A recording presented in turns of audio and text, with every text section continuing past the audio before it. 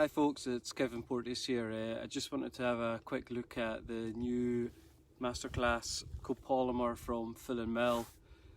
If you remember back about a year, maybe 30 months ago, Fulling Mill launched the Masterclass fluorocarbon range, which went on to be a great success. And at the time, I can always remember thinking to myself, it would be great if they come up with a copolymer that has had as much development and testing and engineering and science and knowledge put into it as the fluorocarbon.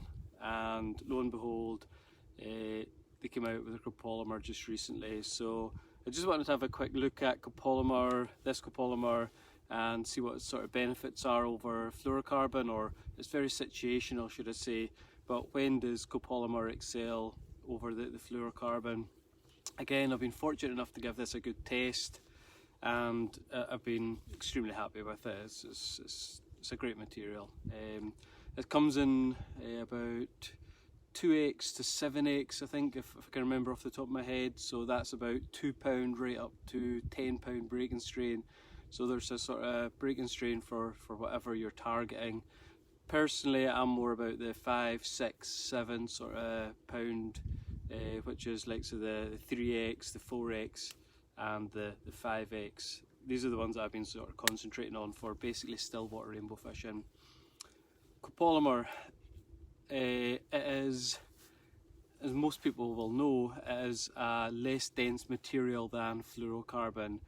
So what's the benefits of that? Well, it doesn't sink so quickly. So if you're wanting to present your flies near the surface, then copolymer's the way to go, or it tends to be the way to go. It does have its downsides in comparison to its brother, the fluorocarbon. As I say, the fluorocarbon will sink faster. So if you're wanting to fish deeper, fluorocarbon's the way to go. And also the fluorocarbon is a bit more abrasion resistant, that sort of thing. It's not as supple as the copolymer.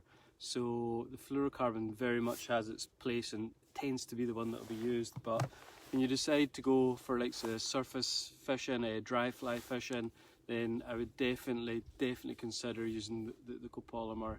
When you're fishing your dry flies, you want to have the dry fly as lifelike as possible in the water, and the suppleness of this material allows you to do that. So the copolymer will give you this flexibility. It'll let the fly ride the waves without sort of being robotic and dragged by a heavier fluorocarbon which is sunk down in the water and just making it act unnatural. Your fluorocarbon will sit higher, supple, the fly will ride the waves. It'll just act more like a fly in the water.